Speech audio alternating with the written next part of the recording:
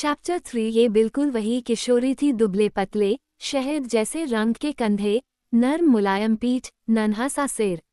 एक काले रूमाल ने जो कि उसके सीने पर बंधा था, मेरी नज़रों से तो छुपा लिया था, लेकिन मेरी कल्पना से उन कच्ची कच्ची छातियों को नहीं छुपा सका था, जिनसे कभी मैं खेला था।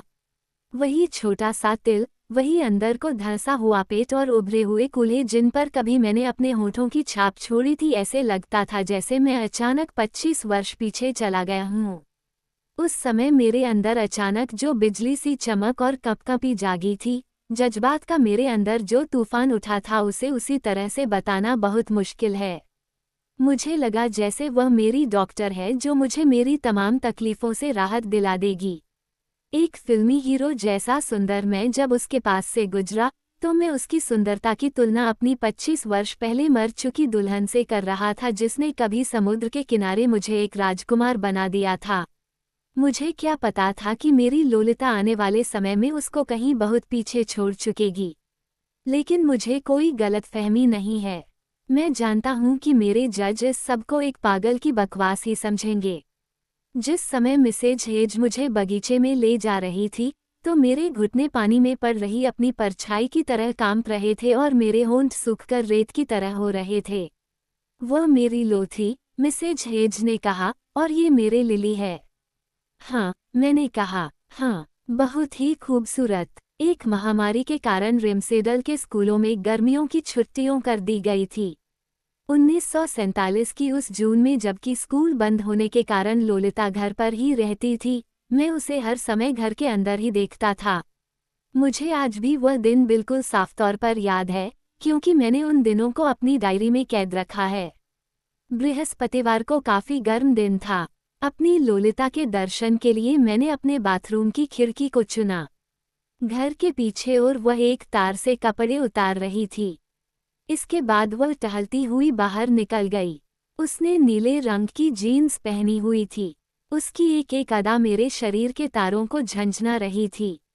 कुछ देर बाद ही वह मेरे साथ पोर्च की आखिरी सीढ़ी पर बैठी अपने पैरों के बीच पड़ी कंकरियों और शीशे के टुकड़ों को उठाकर सामने पड़े कनस्तर का निशाना लगा रही थी। टन की आवाज के साथ ही वह कंकरियां कनस्तर को ही नहीं, मेरे पूरे वजूद को झंझना जाती थीं। उसका शरीर क्या शानदार था, उसकी चमड़ी दाग धब्बों से बिल्कुल आज़ाद थी। आइसक्रीम जैसी चीजें खाने से भी उसके शरीर पर कोई फर्क नहीं पड़ा था, क्योंकि वह तो मायावी थी, एक आसमानी परी थी। हाय, उसकी कनपटी के ऊपर की वह चमक जो ऊपर जाकर उसके भूरे बालों में खो गई थी, उसके धूल भरे टखने की वह हड्डी मेरे दिल में चुभ रही थी। जब वह नहाने के लिए उठकर चली, तो मैं उसके कूल्हों को देखता रह गया। उसी समय वहां कैमरा लिए मिसेज हेज आ गई और मैं कभी आंखें झपकाता हुआ उसे देख ही रहा था कि उसने मेरा फोटो खींच लिया। मैं बेचारा सीढ़ियों पर ही बैठा रह गया। शुक्रवार को मैंने उसे एक नीग्रो लड़की रोज के साथ जाते देखा। वह अभी बच्ची ही तो थी, फिर क्यों उसके चलने का अंदाज ऐसे मुझे भाता था जैसे अपने हर कदम के साथ वह मेरे दिल में उतरती चली जा रही हो। और मुझे तो उसकी गंवारू भाषा पर भी प्यार आता था। इस समय भी वह इसी ढंग से जो कुछ भी रोज से कह रही थी, वह मुझे उत्तेजित करने के लिए काफ़ी था। शनिवार को मेरीलो गार्डन में बैठी धूप का मजा ले रही थी, मगर अफसोस कि उसकी माँ एक औरत के साथ सारे समय वहीं मौजूद रही। मैं चाहता तो मैं भी पढ़ने के बहाने वहीं बैठ सकता था, लेकिन मुझे डर था कि मेरे अंदर पागलपन मुझे वहां सामान्य ढंग से बैठने नहीं देगा, इसलिए मैंने दूर ही रहना मुनासिब समझा। इतवार को लोलिता के पहुंचने से पहले ही मैं एक अखबार और पाइप लेकर गार्डन में ऐसी जगह बैठ गया जहां से मैं उसको अच्छी तरह से देख सकूं। लेकिन मेरी बदनसीबी ने अब भी मेरा साथ नहीं छोड़ा, क्योंकि लोलिता के साथ उसकी माँ भी आई थी। वे दोनों ही काले रंग के 2 पीस नहाने के सूट पहने हुए थीं। मेरी डार्लिंग, मेरी स्वीट हॉट कुछ देर को मेरे पास रुकी और फिर चटाई पर लेटी अपनी माँ की ओर बढ़ गई। वो उसके पास जाकर पेट के बल लेट गई और मैं उसके नंगे कंधे, उसकी पसलियों और रीढ़ के घुमाव, काले रंग के कपड़ों में छुपे उसके अंग और उसकी किशोर जांघों को निहारता रहा। 7वीं क्लास में पढ़ रही लो अपने रंग बिरंगे कॉमिक्स पढ़ने में मशगूल थी। मेरे होंठ सूख रहे थे और मैं धुंधलाई सी आंखों से उसकी तरफ देख रहा था। मैं अपनी वासना को अखबार के पीछे स्वयं पर केंद्रित करता हुआ धीरे धीरे अपनी आराम कुर्सी पर झूलने लगा था और इसी प्रकार से अपने आनंद की चरम सीमा तक पहुंचने की सोच रहा था कि तभी मोटी हेज अचानक मेरी ओर पलटी और मुझसे जबरदस्ती की बातचीत करने लगी। उसने मेरा सारा मूड चौपट कर दिया था। सोमवार को मुझे मिसेज हेज और लोलिता के साथ ग्लास लेक जाना था, पिकनिक मनाने, नहाने और धूप सेंकने। लेकिन दोपहर होते होते तेज बारिश शुरू हो गई और हमारा प्रोग्राम उसकी नज़र हो गया। न्यूयॉर्क और शिकागो में लड़कियों की यौवनावस्था की शुरुआत 13 वर्ष 9 महीने की उम्र में मानी जाती है। मैं जानता हूँ कि मेरे अंदर वह सारी खूबियाँ मौजूद हैं जो इस उम्र की किशोरियों को आकर्षित करती है। सुंदर चेहरा, स्वस्थ शरीर, भारी भरकम आवाज़ और चौड़े कंधे। वैसे भी मैंने सुना है कि मैं लो के किसी पसंदीदा एक्टर से मिलता जुलता हूँ। मंगलवार को भी बारिश जारी रही। मिसेज हेज बाजार गई थी और मैं जानता था कि मेरी लो कहीं मेरे आसपास ही है। चोरी चोरी तलाश करने के बाद मैंने आखिर उसको उसकी माँ के कमरे में पा ही लिया। उसकी आंख में शायद कुछ पड़ गया था जिसे निकालने की वो कोशिश कर रही थी। मुझे उसके बदन की खुशबू पसंद थी, लेकिन उस समय उसके बालों से बदबू आ रही थी। मैंने पहले उसे कंधों से पकड़ा और फिर उसकी कनपट्टियों से, और फिर अपनी जबान की नोक से मैंने उसकी आंख साफ कर दी। अभी वह हटने ही वाली थी कि मैंने अपने होंठ उसकी आंख पर रख दिए। उसने मेरा साथ दिया और फिर वह हंसती हुई कमरे से बाहर चली गई। अपनी जिंदगी में कभी भी मुझे ऐसा आनंद नहीं मिला था, अपने बचपन की प्रेमिका के साथ भी नहीं। लेकिन उस रात को मैं अंगारों पर लौटता रहा। मैं आंखें बंद करता तो उसका चेहरा मेरे सामने होता, मैं आंखें खोलता तो भी वो तस्वीर की तरह मेरी आंखों के सामने मौजूद होती।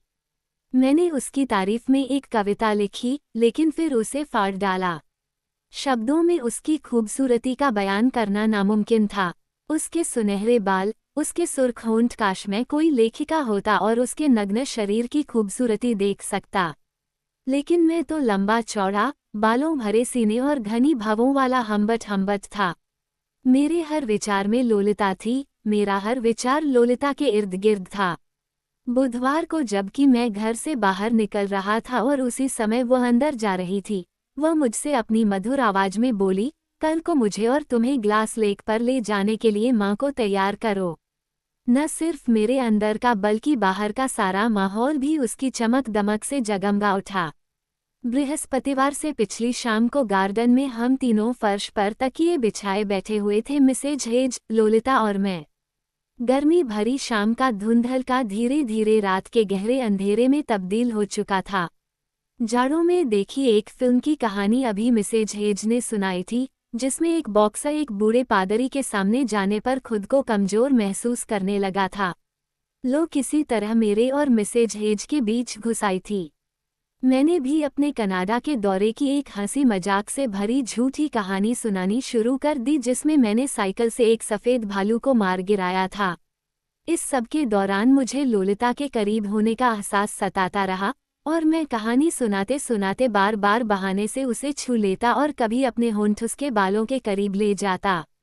फिर अंधेरे का फ़ायदा उठाते हुए मैंने उसकी नंगी टांगों को सहलाना शुरू कर दिया।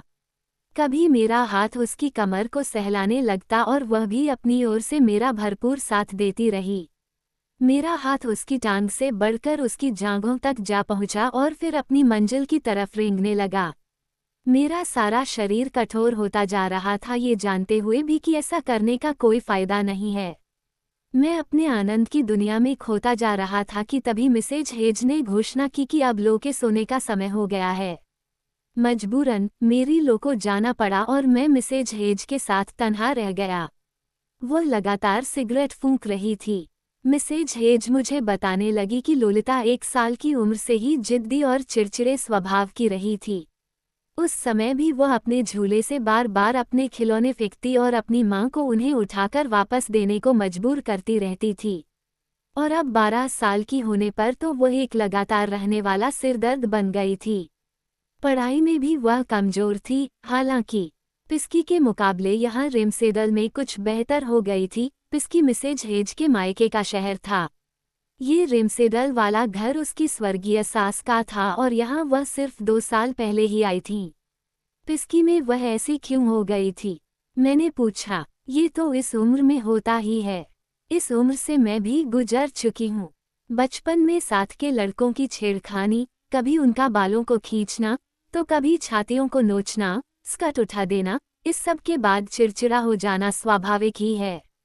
लेकिन लो के साथ यह सब कुछ जरूरत से ज्यादा ही है। हम्बर्ट, मुझे लगता है कि आप एक विद्वान हैं, भूगोल, गणित, फ्रेंच सभी कुछ जानते हैं। अगर आप जाड़ों तक यहाँ रुके तो आप उसके होमवर्क में उसकी मदद कर सकते हैं। मैं चिल्ला चिल्ला कर कहना चाहता था कि अगर मुझे अपनी शिष्या के नाजुक बदन को कभी कभार सहलाने का मौका मिलता रहे तो मैं तो हमेशा के लिए यहाँ रह जाऊंगा। लेकिन मैं नहीं चाहता था कि मिसेज हेज किसी भी तरह मेरे इरादों को भांप सके। इसलिए मैंने अपने हाथ पैर थोड़े अकड़ाए और बिना कुछ कहे वहां से चला आया। अभी मैं अपने बिस्तर पर लेटा ही था कि मिसेज हेज चुपके से मेरे कमरे में दाखिल हुई और मुझसे वयस्कों की उस मैगजीन के बारे में पूछने लगी जो उसने मुझे पढ़ने के लिए दी थी। तभी लो अपने कमरे से चिल्लाई कि वो मैगजीन उसके पास है। शुक्रवार को मुझे ऐसा महसूस हो रहा था कि अगर इस घर में मैं अपनी डार्लिंग, अपनी जिंदगी, अपनी नन्ही दुल्हन के इर्द गिर्द ऐसे जबरदस्त प्रलोभन के आसपास कुछ दिन और रहा तो शायद एक बार फिर से मुझ पर पागलपन के दौर पड़ने लगेंगे। कभी कभी मैं सोचता था कि क्या 12 वर्ष की यह बच्ची उन सारी भावनाओं से पहले ही परिचित है। फिर मैं सोचता कि अगर मैंने कभी कोई कत्ल किया, अगर की ओर ध्यान दीजिएगा तो ऐसा शायद पागलपन में ही हो सकता है। हाँ, यह अलग बात है कि वैलेरिया वाले मामले में मेरे सिर पर जैसा खून सवार हुआ था, लोलिता के लिए शायद उससे कहीं ज्यादा जबरदस्त ढंग से होगा। रात को खाने के दौरान एक बार फिर से डाइनिंग टेबल पर ही माँ बेटी में झगड़ा हुआ और लोलिता गुस्से में उठकर चली गई। उसके जाने के बाद मिसेज हेज बोली, अगर लोलिता अपने इस बर्ताव के लिए माफी मांग ले तो क्या आप कल हमारे साथ ग्लास लेक चलेंगे? थोड़ी ही देर बाद मैंने दोनों लड़ाई की आवाजें फिर से सुनी। मतलब, हम ग्लास लेक नहीं जा रहे हैं। जाते तो यकीनन काफी मजा आता। मैं इस बात का ख्याल रखता था कि जब भी अपने कमरे में बैठकर कुछ लिखता तो कमरे दरवाजा जरूर खुला छोड़ देता था। कई दिन के इंतजार के बाद आज शनिवार को मेरी यह चाल कामयाब हुई। लोलिता उस खुले दरवाजे से अंदर आए और थोड़ी देर इधर उधर घूमने के बाद वो उस डेस्क के पास आ गई जिस पर मैं लिख रहा था और मेरे कागज उठाकर दिलचस्पी से पढ़ने लगी। मैंने एक बाप की तरह उसके गले में अपनी बांह डाल दी। पढ़ते पढ़ते वह धीरे से मेरी गोद में बैठ सी गई। उसका सुंदर शरीर, अधखुले होंठ और गुनगुने बाल मुझसे मुश्किल से 3 इंच की दूरी पर होंगे। कपड़ों के पार मैं उसके बदन की गर्मी को महसूस कर रहा था। अचानक मुझे लगा कि मैं उसकी गर्दन या होंठों को चूम सकता हूँ। मैं जानता था कि वह मुझे रोकेगी नहीं, बल्कि शायद हॉलीवुड फिल्मों की नायिकाओं की तरह अपनी आंखें भी बंद कर ले। नए जमाने की वो किशोरी जिसे फिल्मी मैगजीनों को पढ़ने और मेरे जैसे खूबसूरत जवान मर्दों से दोस्ती करने का शौक था, इस समय इंतजार कर रही थी कि मैं पहल करूं। लेकिन मैंने बहुत देर कर दी, क्योंकि तभी मिसेज हेज शायद कहीं बाहर से घर में आई थी और लुईस उसको बेसमेंट में किसी मरी हुई चीज के मिलने की खबर दे रही थी। अब ऐसा कैसे हो सकता था कि मेरी नन्ही सी लोलिता उस खबर में दिलचस्पी नहीं ले? अगले दिन रविवार को मेरी अजीबोगरीब, पल में खुशी, पल में गुस्सा दिखाने वाली आकर्षक लोलिता काले रंग की बो लगाकर और पिंडली तक की स्कर्ट पहनकर, जो कि उसके सफ़ेद मोजों से शायद 2 इंच ऊंची होगी, अपनी मां के साथ हैमिल्टन परिवार में किसी बर्थडे पार्टी में चली गई। मुझे लगा जैसे दिन बर्बाद हो गया। सोमवार की सुबह से ही बारिश हो रही थी। मैं चमकदार जाल में बैठी एक कमजोर सी मकड़ी की तरह महसूस कर रहा था जो कि शिकार की तलाश में लगातार इधर उधर भटक रही हो। हालांकि मेरा जाल तो पूरे घर में फैला हुआ था और मैं एक चालाक जादूगर की तरह अपने कमरे में कुर्सी पर बैठा बैठा सब ओर की खबर लेने की कोशिश कर रहा था। क्या लो अपने कमरे में है? मैंने पर्दा जरा सा सरका कर देखा और पाया कि वो वहां नहीं है। टॉयलेट में वहां भी नहीं। क्या अभी बाथरूम में है और दांत साफ कर रही है? नहीं, वो तो वहां भी नहीं है। तो फिर मेरा खूबसूरत शिकार घर के किस कोने में है? किचन में फ्रिज का दरवाजा खोल रही है या अपनी माँ से लड़ रही है। लेकिन उसकी माँ तो धीरे धीरे और चटखारे लेकर फोन पर किसी से कानाफूसी कर रही है। ये सुबह से उसका तीसरा फोन है। शायद मिसेज चैटफील्ड से बात कर रही होगी या फिर मिसेज हैमिल्टन से। तो मेरी सुंदरी घर में नहीं है, कहीं चली गई है। तभी तो सारा घर शमशान की तरह सूना सूना लग रहा है। मैं परेशान हो उठा और तभी मेरे कमरे के अधखुले दरवाजे से लोलिता के खिलखिलाने की आवाज आई, माँ को मत बताना कि मैंने तुम्हारा सारा बेकन खा लिया है। लेकिन जैसे ही मैं उठकर उसके पीछे पीछे बाहर गया, वह भागकर जा चुकी थी और मेरी नाश्ते की ट्रे मुझे घूर रही थी। ओ लोलिता, तुम कहाँ चली गई? मंगलवार को एक बार फिर हमारा पिकनिक पर जाने का प्रोग्राम बादलों की नज़र हो गया। ग्लास लेक तो पहुंच से दूर होती जा रही लगती थी। क्या किस्मत मेरे साथ कोई खेल खेल रही है। कल तो मैं तैराकी का अपना नया ट्रंक पहनकर शीशे के सामने खुद को देर तक देखता रहा था। बुधवार की दोपहर को मिसेज हेज ने मुझे बताया कि वह अपनी किसी दोस्त की दोस्त के लिए कोई तोहफा खरीदने शहर जा रही है। फिर उसने मुझसे कहा कि चूंकि परफ्यूम और कपड़ों के मामले में मेरी पसंद बहुत अच्छी है, इसलिए मैं भी उसके साथ चलूं। हम्बर्ट बेचारा तो परफ्यूम का बिजनेस कर चुका था, इसलिए मना कैसे करता। जब हम जा रहे थे तो पोर्च में खड़ी कार में बैठते समय भी मैं कोई ऐसी तरकीब सोच रहा था कि मैं मिसेज हेज के साथ से बच जाऊं। उसी समय मिसेज हेज ने कार स्टार्ट कर दी थी और सड़क पर बैक होकर मुड़ते एक ट्रक को बुरा भला कह रही थी कि तभी ड्राइंग रूम की खिड़की से लोलिता की आवाज़ सुनाई दी, तुम लोग कहाँ जा रहे हो? रुको, मैं भी चलूंगी।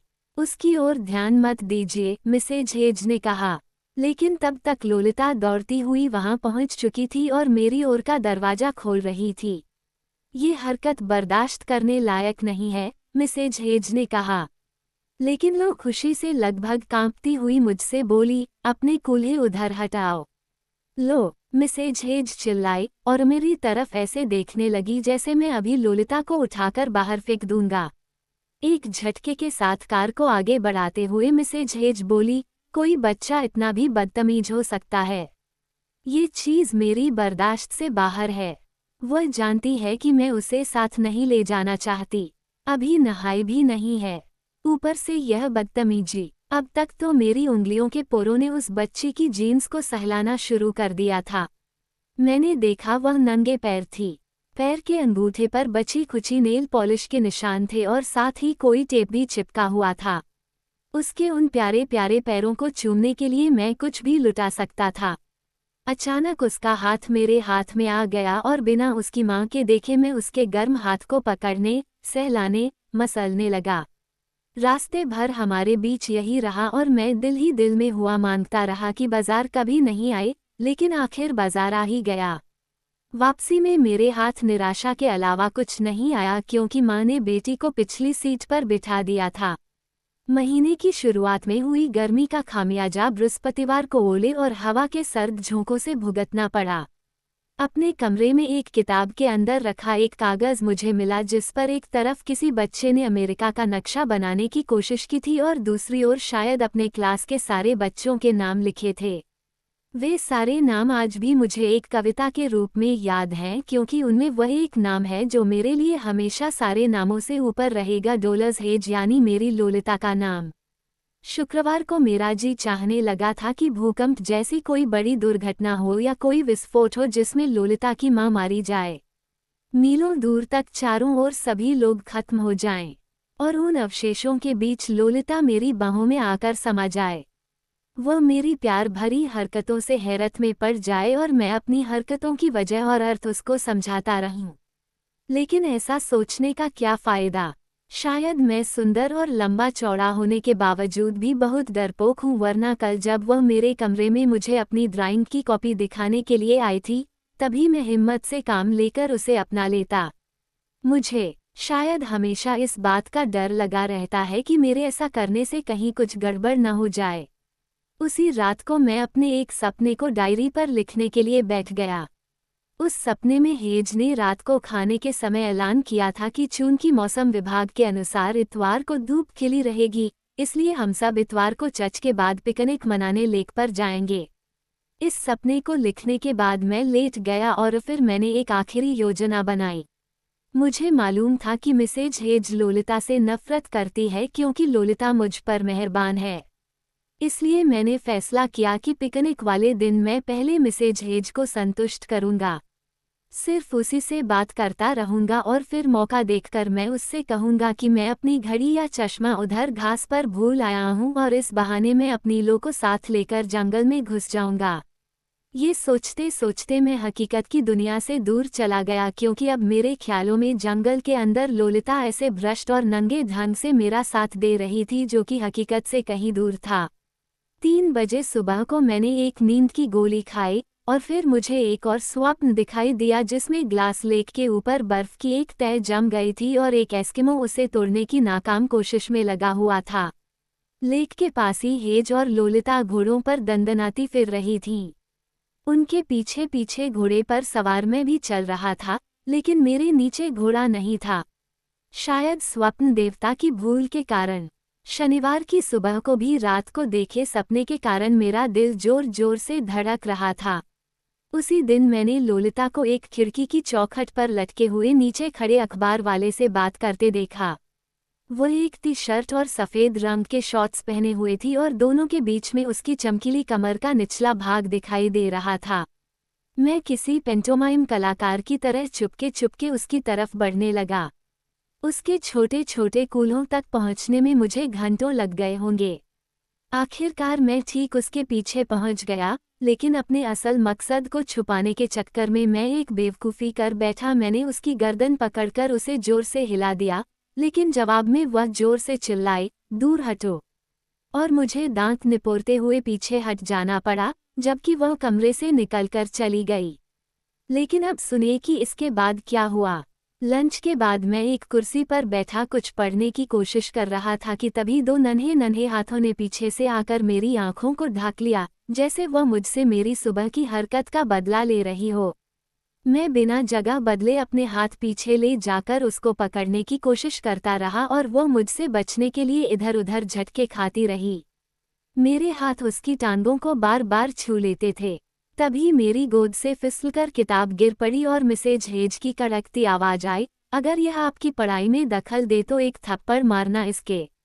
इतना कहकर वह गंदी औरत मेरे सामने आकर घास में बैठ गई। मिसेज हेज की आवाज सुनते ही लोलिता अंदर भाग गई थी। तभी एक टेनिस की गेंद मिसेज हेज को आकर लगी, साथ ही घर के अंदर से लो की आवाज आई, माफ करना माँ, मैंने तुम्हारा निशाना नहीं लिया था। मैं जानता हूँ डार्लिंग, तुमने किसका निशाना लिया था। मेरी डायरी की 20 प्रविष्टियों में यह आखिरी थी और आप देख चुके होंगे कि शैतान की सारी चालाकियों के बावजूद रोजाना का प्रोग्राम एक सा ही रहता था। शैतान पहले तो मुझे बहकाता और ललचाता था और फिर निराश कर देता था, जिससे मेरा सारा वजूद एक दर्द भरा साज बनकर रह जाता था। मुझे मालूम था कि मुझे क्या चाहिए और किस तरह चाहिए, क्योंकि मैं उस बच्ची की पवित्रता को बर्बाद किए बिना ही उससे आनंद प्राप्त करना चाहता था। कुछ भी हो, मुझे किशोरियों के प्रति इस एहसास का एक लंबा तजुर्बा था। पार्क में खेलती कितनी ही खूबसूरत किशोरियों को मैंने अपनी नज़रों से हासिल किया था। भरी हुई बस से एक कोने में बैठकर स्कूल जाती आती, बस्ते सिर पर लटकाई कितनी ही किशोरियों को देखकर मैंने अपने ऊपर जब्त किया था। लेकिन पिछले 3 सप्ताह से मेरे सारे उपायों पर मिसेज हेज ठंडा पानी डालती आ रही थी। मेरे द्वारा लो को प्राप्त कर लिए जाने से ज्यादा डर शायद उसे इस बात का था कि कहीं लो मुझसे आनंद हासिल न कर ले। इस नन्ही परी के प्रति मेरे दिल में उठ रहा तूफान एक बार फिर से मुझे अभी कुछ और समय अपना खिलौना बनाए रखना चाहता था, इसलिए आखिरकार उसे मुझ पर रहम खाना ही पड़ा। मिसेज हेज ने लेक पर जाने का प्रोग्राम बनाने में मेरे साथ धोखेबाजी की थी। उसने मुझे यह नहीं बताया था कि हमारे साथ लो की सहेली रोज, जो कि खुद भी काफ़ी खूबसूरत थी, भी जाएगी ताकि दोनों किशोरियां अपने आप में मस्त रहें और मिसेज हेज अर्धनग्न अवस्था में बीच पर मेरे साथ लेटने का मजा लूट सके। भाग्य भी कैसे कैसे खेल खेलता है। जिससे हम बचना चाहते हैं, कभी कभी उसी को हम बाद में गले लगाते हैं। मेरे रिमसेडल आने से पहले मिसेज हेज नौकरी करने के बारे में सोच रही थी और इसलिए लो की देखभाल करने के लिए या शायद मुझसे बचाने को उसने मिस फॉलिन नामक एक बूढ़ी अविवाहिता को भी बुलाया था, लेकिन वह कुल्हा टूट जाने के कारण नहीं आ पाई और अब हेज मेरे साथ रहने के लिए बहाने तलाश कर रही थी। मौसम विभाग के अंदाजे के मुताबिक ही इतवार को खूब अच्छी धूप खिली हुई थी। जब नाश्ते के बर्तन कमरे के बाहर पड़ी कुर्सी पर रखने के लिए मैं बाहर निकला तो नीचे से आ रही आवाज़ों से मैंने अंदाजा लगाया कि माँ बेटी में आज फिर झगड़ा हुआ था। दरअसल मिसेज हैमिल्टन ने सुबह को फ़ोन पर बताया कि उनकी बेटी रोज को बुखार हो गया है, इसलिए वह हमारे साथ पिकनिक पर नहीं जा सकेगी। मिसेज हेज ने अपनी बेटी से कहा कि पिकनिक का प्रोग्राम फिर से टालना पड़ेगा। जवाब में बेटी ने कहा कि अगर पिकनिक पर नहीं जाना है तो उसे चर्च भी नहीं जाना है और फिर मिसेज हेज गुस्से में भरी अकेली ही चर्च को चली गई। मैंने अभी शेव किया ही था और साबुन मेरे कानों पर लगा हुआ था। मैंने साबुन को साफ किया, अपने बालों और बगलों में खुशबू लगाई और गुनगुनाता हुआ लो की तलाश में सीढ़ियों से नीचे उतरने लगा। उसके बाद मैंने जो कुछ किया, मैं चाहता हूं कि मेरे पाठक उस पर बिना किसी पक्षपात के अपनी टिप्पणी करें। वह गुलाबी रंग के चेक की स्कर्ट पहने हुए थी। उसने लिपस्टिक भी लगा रखी थी। वह नंगे पैर थी और हाथ में एक चमकदार लाल रंग का सेब लिए हुए थी और उसे उछाल उछाल कर खेल रही थी। जैसे ही उसने एक बार सेब को हवा में उछाला, मैंने उसे कैच कर लिया। उसने अपनी मरमरी हथेली मेरे सामने फैलाते हुए इल्तिजा की, वापस दे दो। मेरे वापस करने पर उसने सेब को अपने दांतों से काटा और जो मैगजीन मैं खोल चुका था, उसने छीन ली। फिर वह तेजी से उसके पन्ने पलटने लगी जैसे वह मुझे उसमें कोई खास तस्वीर दिखाना चाहती हो।